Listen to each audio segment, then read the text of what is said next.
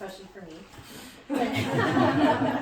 Because of course I'm nervous, but when I look at all these faces, and especially your outfits, I feel so much better. So welcome to another glorious Radical Sparkle ReWedding, number 10. Right? So special. So welcome friends, family, freaks, even bystanders, if you come and join us, which they usually do. We are here to really be celebrating Jared and Justine, but to be celebrating life and death, which is a beautiful subject, a beautiful theme that of course these very brave souls chose as a way for all of us to celebrate that together. So because we get where we are, so we would like to invite or evoke ancestors from beyond, pets from beyond, friends, lovers, anybody right now has any noise they can make, any invites, any bells, any rattling.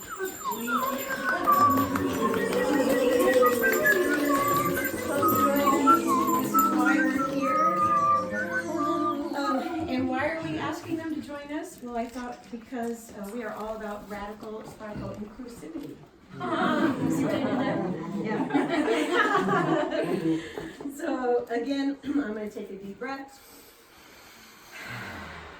I'm going to mention that I am going to be plagiarizing, and if you have a problem with that, I'm sure there's a lawyer in the crowd if somebody knows something, but it's too much to be quoting people, so some of the things are just meshed with my own words. I'm also going to be sometimes saying L'chaim after something I say. I'd love it if you join me. I think you're going to be able to feel it and tell where it is. So I'm going to start with Mary Oliver for the moment. Believe us, they say. It is a serious thing just to be alive on this fresh morning in this broken world. I beg of you, do not walk by without pausing to attend to this rather ridiculous performance.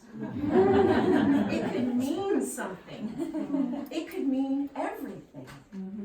To something and everything, L'chaim. So of course, leave it to Jared and Justine to bring us face to face with some very uncomfortable topics.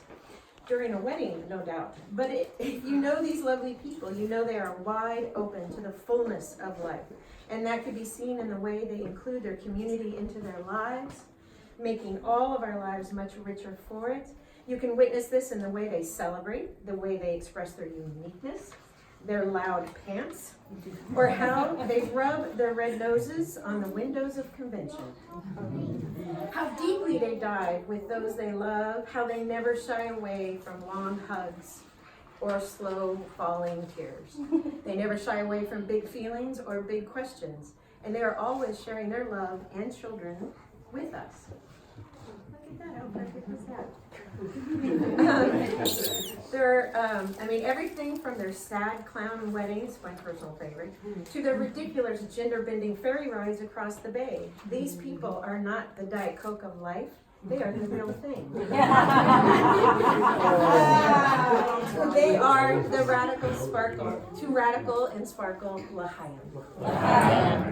So it is also no surprise that these fine folks are willing to use their ReWedding to help us as a community cathartically share some inevitable consequences of being humans. Things like grief, loss, and even death. Why? Because it is not a full life without it. I'm not saying we should love death, but rather that we should love life so fully and generously that we stop picking and choosing what we like.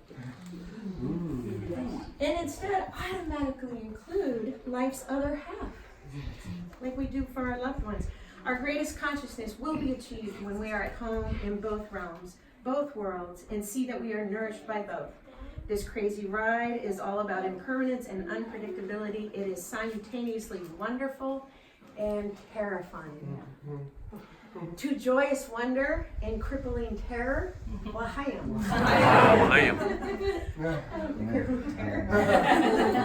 So while the subject may make some of us feel uncomfortable, this passage rings true. There's nothing wrong with grief. It's a natural extension of love. It's a healthy and sane response to life. That grief feels bad does not make it bad. I want to say that again. Just because grief feels bad does not make it bad. Adding to that, just because I feel crazy doesn't make me crazy. Everybody can relate. It's the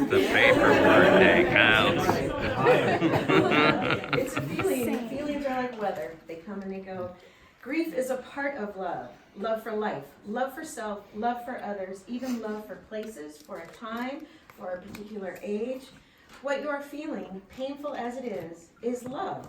And love is really hard. Yep. Excruciating at times, thus so excruciating. Grief needs to be addressed not as a pathology or a place for false hope, but as part of love. It is often said that grief is simply love that has no other purpose. Thus it is still love. I just love that. I'm going to say it again. Yes. Grief is simply love that has no place to go. Thus it is still love. And love, you're going to like this one, is simply grief that has not yet slipped from view. You're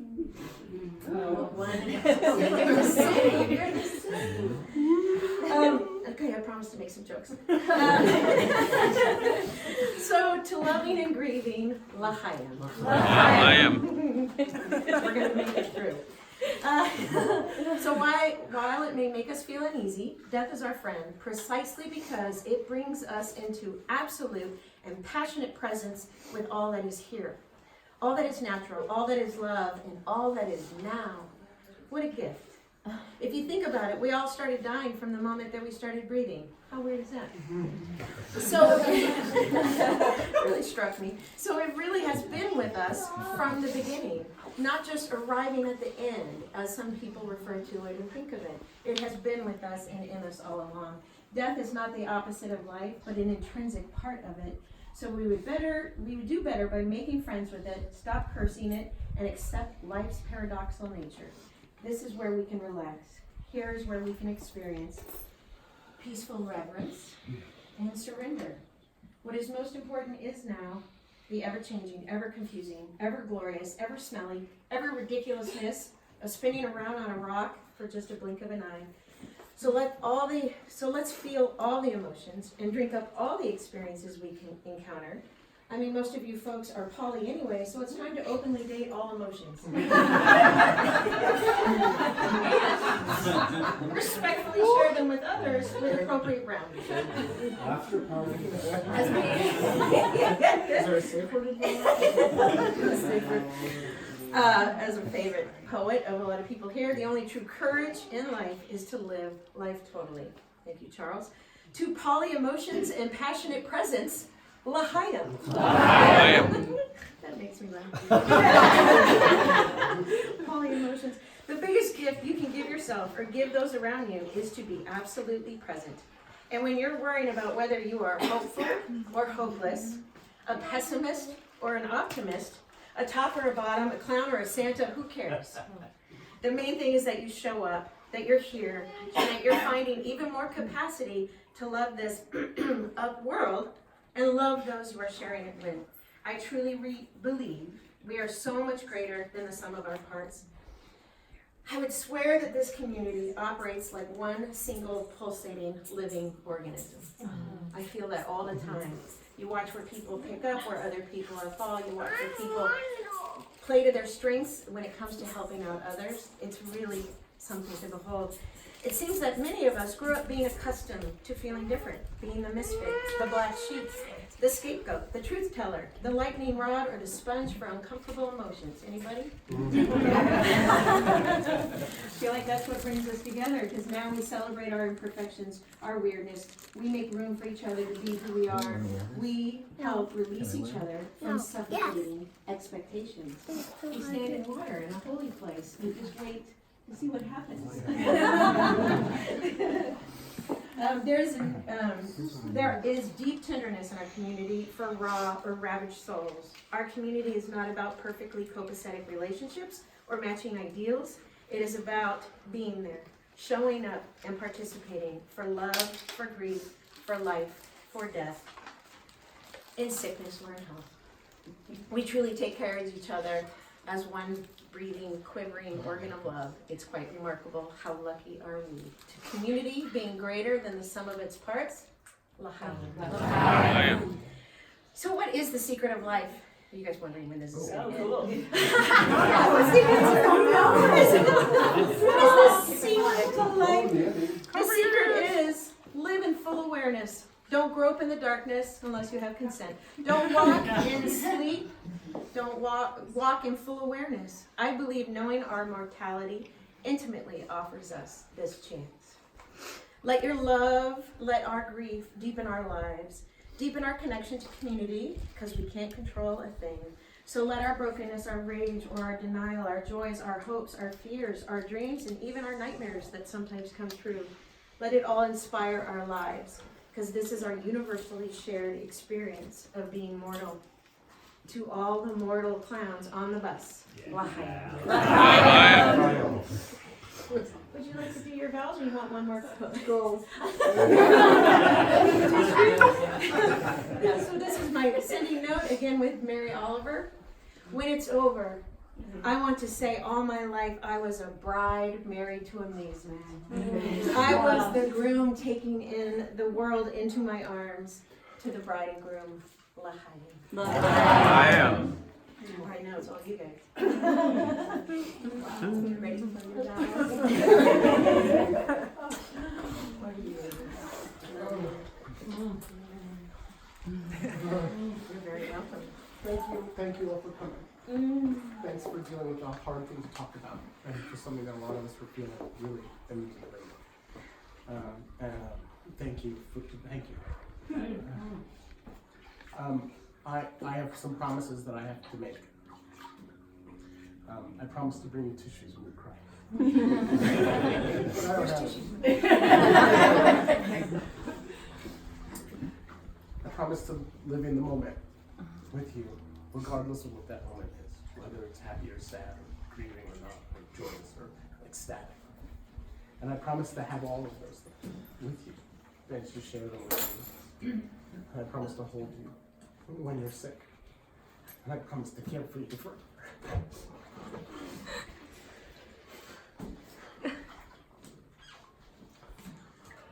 Why are you sad?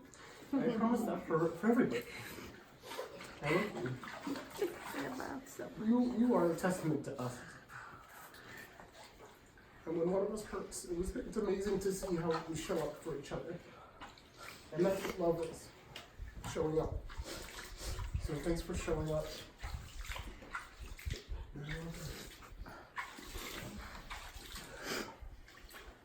That's all I got.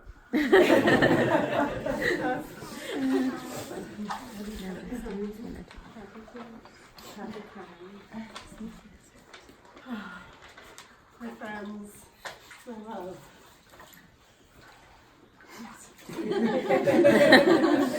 My love.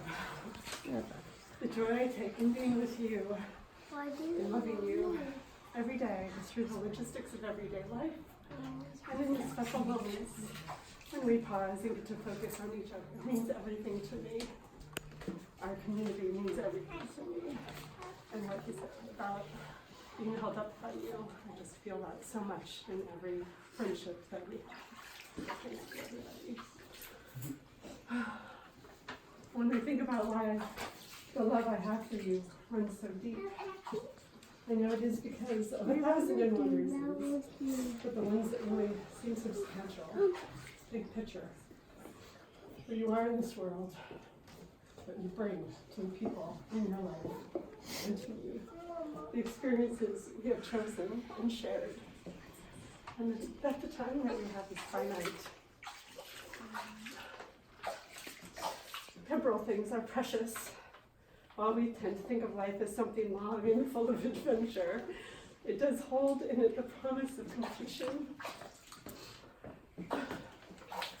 We have delighted in temporal things together.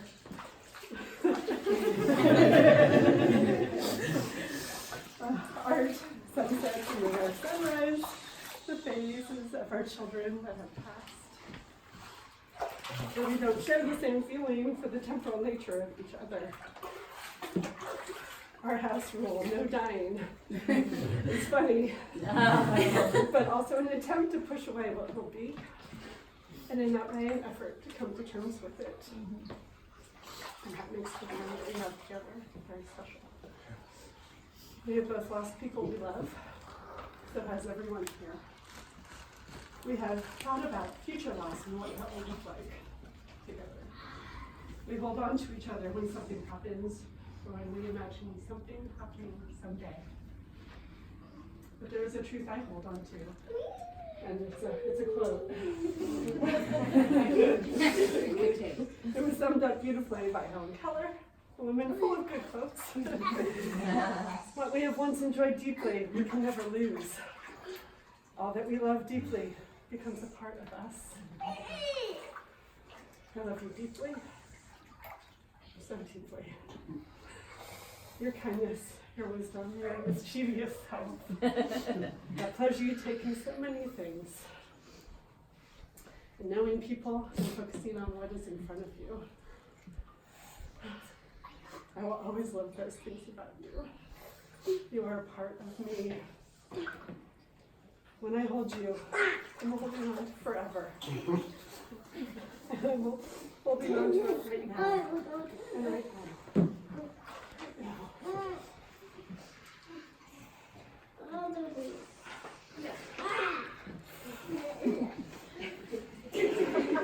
If you can get to each other, you guys Oh, can I do guess. this. I'm going to navigate this way.